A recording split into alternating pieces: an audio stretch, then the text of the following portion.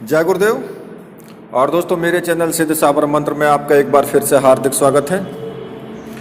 और देखिए, आज जिस इस वीडियो के माध्यम से मैं आपको तंत्र का वो अर्थ समझाऊंगा कि वास्तव में अगर हमने वो समझ लिया तो हम तंत्र के वास्तविक मूल स्वरूप को भी समझ सकते हैं कि वास्तव में तंत्र होता क्या है।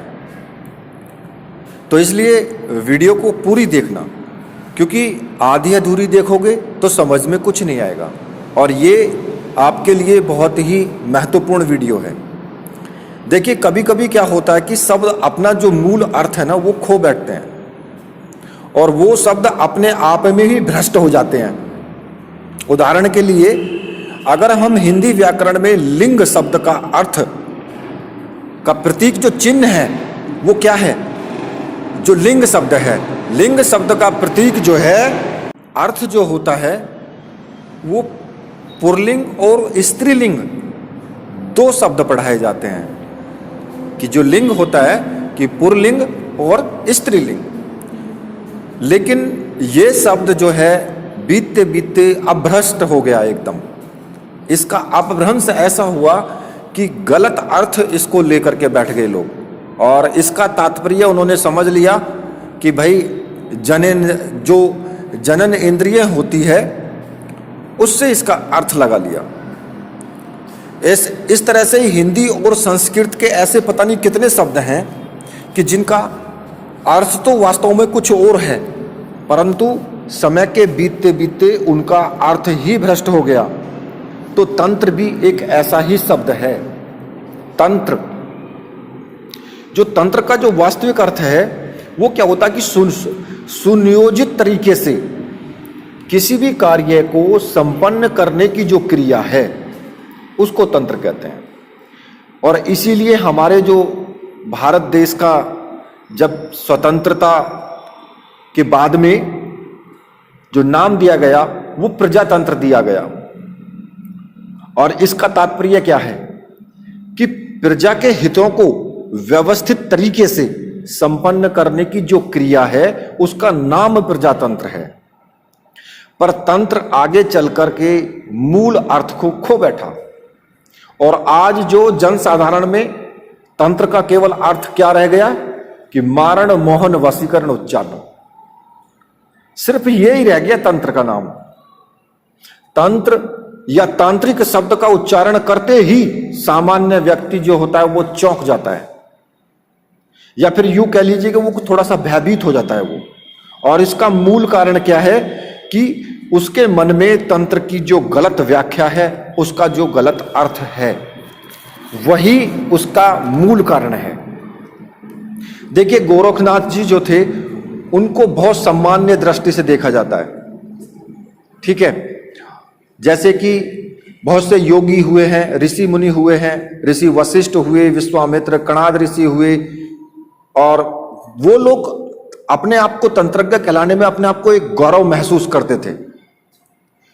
परंतु गोरखनाथ के बाद में जो साधुओं की ऐसी जमात पैदा हो गई कि जो आलसी थे, कामचोर थे और विषय वासनाओं में ही जो लिप्त रहती थी। एक प्रकार से देखा जाए तो साधुओं की ऐसी जमात भ्रष्ट हो गई थी। ऐसे योगी भगवे कपड़े पहन करके, कान छिदवा करके, बड़े बड़े कुंडल पहन लेते थे और गांजा सुल्फा के दम लगा करके लाल लाल सुर्ख आंखें रखते थे, और बात बात में गाली देना इनका स्वभाव बन गया। मारण मोहन वशीकरण के अलावा इनके मुंह से कोई किसी तरह की और बात निकलती ही नहीं थी। सच्चाई पूछो तो सबसे ज्यादा गंदगी और विषय वासना ऐसे ही लोगों ने फैलाई है। ये अपने स्वार्थ के लिए इन्होंने तो क्या किया कि जो त्रिपुरा रहस्य का जो श्लोक है ना, उसका अर्थ भी अपने स्वार्थ के लिए बदल दिया। क्योंकि काले कपड़े, बड़े बड़े बाल, लाल लाल आंखें करके, धूने पर बैठ करके बहुत बड़े तांत्रिक, मतलब कि एक तरीके से यह समझा जाए तो ऐसे लोगों ने इस तंत्र को भ्रष्ट कर दिया, इसका वास्तविक अर्थ ही खत्म कर दिया। क्योंकि शक्ति उपासना में 3 पद्धतियां प्रचलित हैं। सबसे पहले दक्षिण मार्ग है और मिश्र मार्ग है और कौल या फिर वाम मार्ग है। अब इसमें भी जो दक्षिण मार्ग है वो श्रेष्ठ है, और वाम मार्ग की उपासना में भी पंचमकारों का उल्लेख दिया जाता है।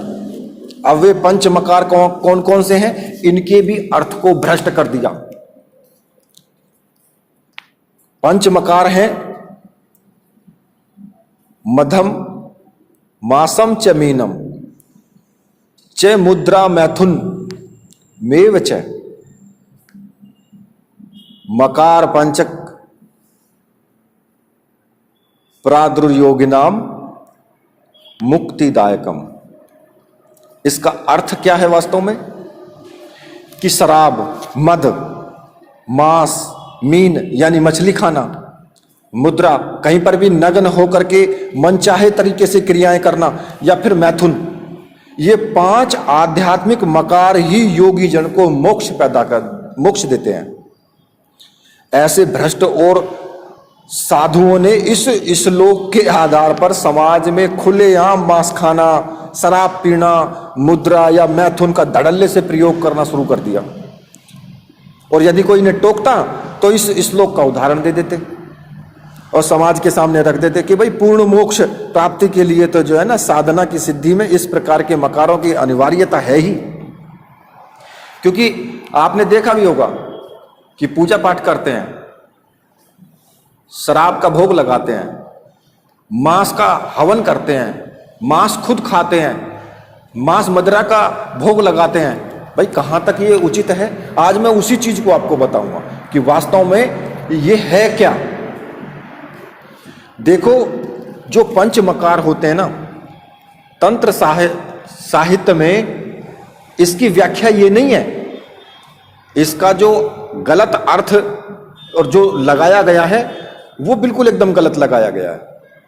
इसमें स्पष्ट रूप से शराब, तंत्र के क्षेत्र में तो शराब और मांस का प्रयोग करने वाले व्यक्ति तामसी प्रकृति के होते हैं, तामसी प्रकृति के होते हैं। सात्विक प्रकृति के लोग तो इस प्रकार के जो पदार्थ है ना, उनका उपयोग तो दूर, उनको नाम लेना भी पसंद नहीं करते हैं। और आज भी समाज में जो मांसाहारी हैं या शराबी व्यक्ति हैं, उनको उपेक्षा की दृष्टि से देखा जाता है। सच्चाई है ये कि उनको लोग पसंद नहीं करते हैं। और तंत्र साहित्य में तो ऐसे शराबियों और मांस खाने वाले की बिल्कुल एकदम निंदा की गई है। हकीकत में तो बात यह है कि वाम मार्ग में इस श्लोक की जो भाषा है उसका सारा अर्थ ही चेंज कर दिया। मैं आपको इस जो श्लोक है, इस श्लोक का वास्तव में क्या है कि जो मद है, मद को क्या कहा गया है? या तो आप नारियल का पानी जो होता है ना, उसको मद कहा गया है। जो कुलारणवन जो तंत्र है उसमें मद को जो होता है वो नारियल का पानी होता है, ठीक है। और योगिनी तंत्र में तो साफ कहा गया है कि साधक को भूल करके भी मदपान नहीं करना चाहिए। अब मद का तात्पर्य उस चीज से किससे है? देखिए, जो वास्तविकता है कि जो हमारा सहस्त्रासार होता है उसमें अमृत रूपी जो चंद्रमा की कला के समान मधुर और अमृत में जो हाला भरी हुई होती है, उसको पीने से, यानी कि सहस्त्रासार को जागृत करने से साधक की सारी इच्छाएं फलदायी होती हैं। वे दिव्य हो जाता है और मृत्यु भय से मुक्त होकर के वो पूर्ण मुक्ति की तरफ चलता है फिर। और जो योगिनी तंत्र है उसमें साफ कहा गया है कि गुड़ और अदरक के रस को मिलाकर के सेवन करना ही मदपान होता है। अगर आप चाहते हैं कि हमें मदपान ही चढ़ाना है, हमें मदपान ही देना है देवी या देवता को, तो आप अदरक का रस और गुड़ को मिलाकर के आप चढ़ा सकते हैं, ठीक है। इसमें मद का तात्पर्य जो होता है, मद का जो अर्थ है वो मदिरा नहीं है, क्योंकि भैरव हो गया या देवी हुई या फिर किसी भी अन्य साधना में तो मद का तात्पर्य जो होता है वो शराब का उल्लेख नहीं है, उसमें कहीं पर भी नहीं है। ना तो शराब चढ़ाने का है और ना ही पीने का कोई विधान है। लेकिन होता क्या है कि शराब पीने वाले तो भाई ये कहेंगे कि दारू चढ़ाओ, थोड़ी सी चढ़ाएंगे और बाकी खुद गटार जाएंगे, बाकी को खुद पी जाएंगे। ऐसे भैरव बाबा के मंदिर पर आप जाकर के देख लीजिए, वहां पर आपको बहुत लाइन में आपको बड़े बड़े उनके भक्त मिल जाएंगे जो लंबी सी बोतल अपनी बगल में दबा करके रखेंगे और वहां पर चढ़ाएंगे थोड़ी सी, और बाकी तो डटक उनकी डांट लगा करके और घर ले आएंगे, और फिर शाम को उनकी दारू चलेगी खाने से पहले, और उसके बाद खाना खाएंगे और फिर बच्चों को भी मारेंगे, बीवी को भी मारेंगे, और फिर उसके बाद सो जाएंगे पड़ के। ये वास्तविकता है। तो ऐसे लोगों ने शराब पीने के लिए इसका अर्थ को चेंज कर दिया। दूसरा मांस है। मांस चढ़ाना भी वो चीज नहीं है कि जो मांस का उल्लेख मिलता है। उन्होंने क्या किया कि पशु हत्या ही शुरू कर दी। भाई कहीं भी देवी देवता पशु हत्या करके कि उसको हम बलि देंगे, ये करेंगे, वो करेंगे।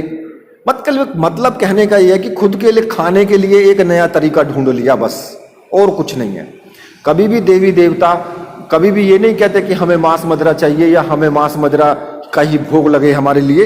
ये तो सब गलत चीजें हैं, मैं इसके खिलाफ हूं। दूसरा, जो और भी चीजें इसमें बताई गई हैं, मछली का भक्षण, मछली को चढ़ाना, ये भी सब सर्वथा गलत है, बिल्कुल एकदम। मैं भी इसके खिलाफ हूं। अब दूसरा आता है कि मुद्रा। तो मुद्रा का वास्तविक अर्थ क्या होता है? जो हम मुद्राएं, हाथों की उंगलियों से मुद्राएं करते हैं, वो मुद्राएं होती हैं जो कि किसी भी शक्ति को, किसी भी देवी देवता को एक तरीके से प्रसन्न करने के लिए मुद्राओं का उल्लेख किया गया है और मुद्राएं की जाती हैं। लेकिन यहां पर उसका अर्थ ही चेंज कर दिया। वो किसी भी तरीके से नंगे रहना, लोगों की भीड़ में बिल्कुल निर्वस्त्र होकर के चलना, तो ये सब चीजें, कहीं पर भी इन चीजों का उल्लेख नहीं है कि आप नंगे होकर के चलिए या आपको इस तरह की मुद्राएं करनी चाहिए। लास्ट में आता मैथुन। अब मैथुन का मतलब क्या होता है? मैथुन का मतलब ये नहीं है कि भाई उसको संभोग से आपने उसको जोड़ दिया गया है, लेकिन कुछ दुष्ट तांत्रिकों ने क्या किया, उसको संभोग से जोड़ दिया कि जब आप मैथुन करेंगे उस वक्त हमें कुछ ऐसी क्रियाएं या ऐसा मंत्र जाप करना होगा कि भाई हमारी कुंडलिनी शक्ति जागृत होगी। तो ये सब चीजें व्यर्थ की चीजें हैं, क्योंकि वास्तव में मैथुन होता क्या है कि जो हमारी कुंडलिनी शक्ति होती है, जो कि मूलाधार से शुरू होती है और सहस्त्रासार तक होती है। तो कुंडलिनी शक्ति जब नीचे से उठती है तो शक्ति होती है वो, और सहस्त्रासार में किसका स्थान है? भगवान शिव का स्थान है। वहां पर शिव विराजमान है, और जो कुंडलिनी है वो शक्ति का रूप है। तो कुंडलिनी जो शक्ति है वो सहस्त्रासार से जब उसका मिलन होता है, जब वहां तक पहुंच जाती है, तो उस मिलन को मैथुन कहा जाता है, ना कि संभोग। जिन्होंने संभोग को मैथुन का अर्थ मान लिया, वो चीज नहीं है भाई। कुंडलिनी जो है शक्ति, वो स्त्री से तात्पर्य है उसका, और जो सहस्त्रासार है वो पुरुष से तात्पर्य है, यानी कि वहां शिव का निवास है, और कुंडलिनी शक्ति जो है वो स्त्री रूपी है। तो उस मिलन को जो है वो मैथुन का रूप कहा गया है, जो सच्चाई है। यहां पर कोई स्त्री पुरुष का मिलन नहीं है, ये तो एक अधम है, एक नीचता है कि भाई इस स्वरूप में मान लेना। तो कुल मिलाकर के जो 5 मकार हैं, इसका बुरे तरीके से इनको लोगों में फैला देना, कुछ गलत तांत्रिकों की तरफ से कुछ गलत लोलुप जो साधु हैं उनकी तरफ से। तो ये तंत्र के प्रति जो लोगों के मन में घृणा पैदा हो गई, उनके मन में इस तंत्र से उपेक्षा शुरू हो गई। हालांकि तंत्र कोई गलत नहीं है, लेकिन उसको कर दिया गया। तो इसलिए ये मैंने आपको जो तंत्र के बारे में जो पूर्ण व्याख्या दी है, ये मैं समझता हूं कि आपके समझ में आ गई होगी। तो इसी के साथ अब मैं वीडियो को यहीं पर समाप्त करता हूं। तो मेरे साथ बोलिए, बोलिए वीर बजरंगबली हनुमान जी महाराज की जय, बोलिए मेरे परमहंस गुरुदेव की जय।